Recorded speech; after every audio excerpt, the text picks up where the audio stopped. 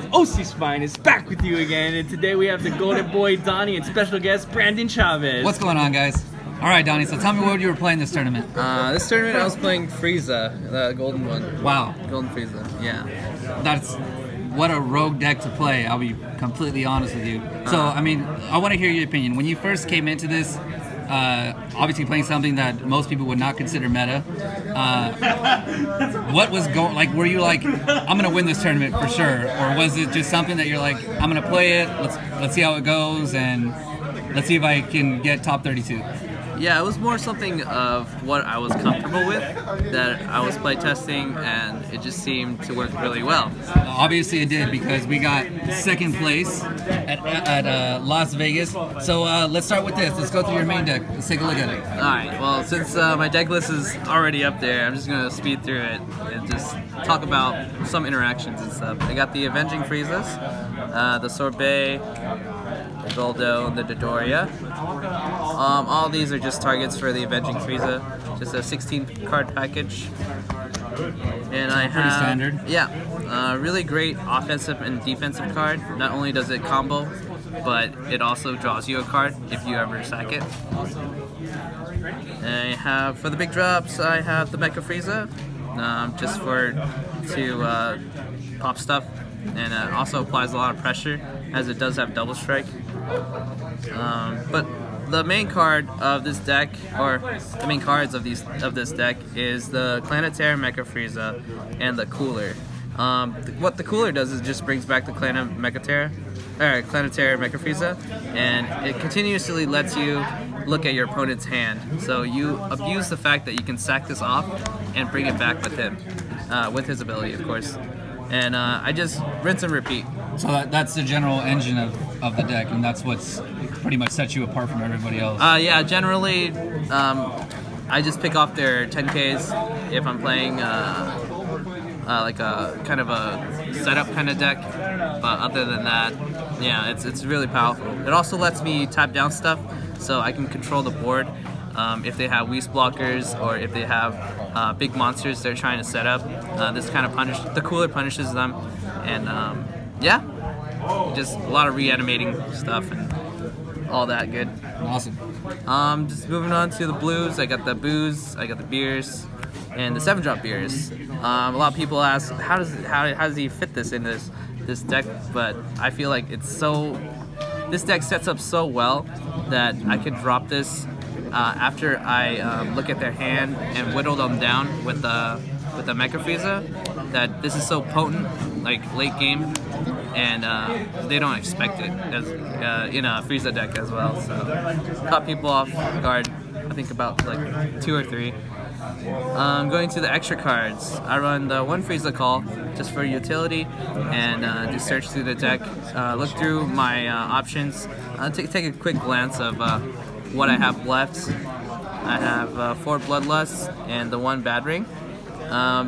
Reason I'm playing the Bad Ring is there's so much Mecha Frieza running around that I need at least 1 effect to resolve, and I can always count on the 1 Bad Ring because I'm always drawing, and it's always I can draw into it. How many times did you use it against somebody? I think I used it like 3 times during the event. That's pretty good. Yeah, I used it against Alejandro on round, I believe round 7 per game. And Alejandro's Orlando's champion for DBS. He won Orlando. Nice. Yeah. So that's pretty cool. He's a cool guy though.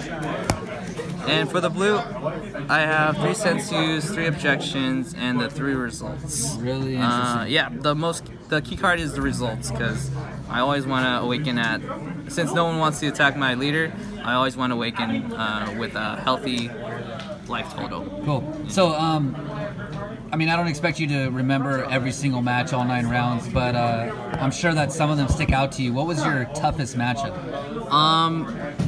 My toughest matchup was probably, the one that got me thinking the most was probably top 4 against the Soul Striker Goku.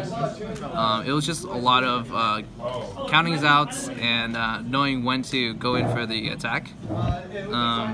It was a real grind, so to speak. Yeah. But yeah, let me go through the side deck real quick. All right, so let's take a look. Yeah, let's see what you were playing against what specifically. For the any annoying 3-drops, I sided in the Gotens. Mainly for any TNs that I bloodlusted, or any the 3-drop Gohans that stick around on the board and they try to save it. This also gets rid of the annoying 3-drop Gotenks. Anything under 3 is what I'm trying to say here.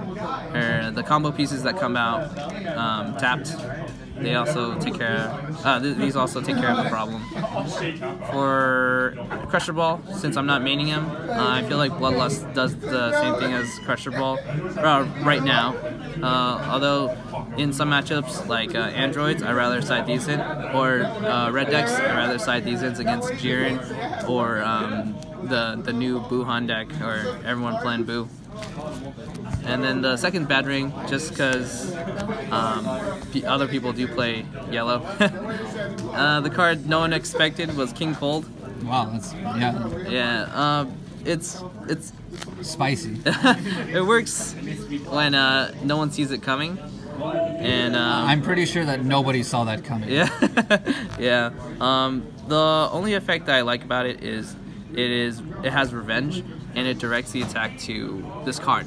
So, let's say a Jiren is swinging at me, I can always go King Cold, and it's gonna die no matter what, unless they Bloodlust it.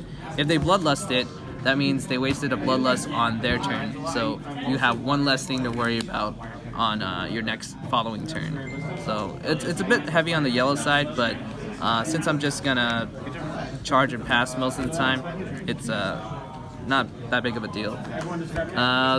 The 3 Jocos, I didn't really touch it. It was just sitting in my sideboard the whole time, because I figured I don't really want to bounce any combo pieces back to their hand.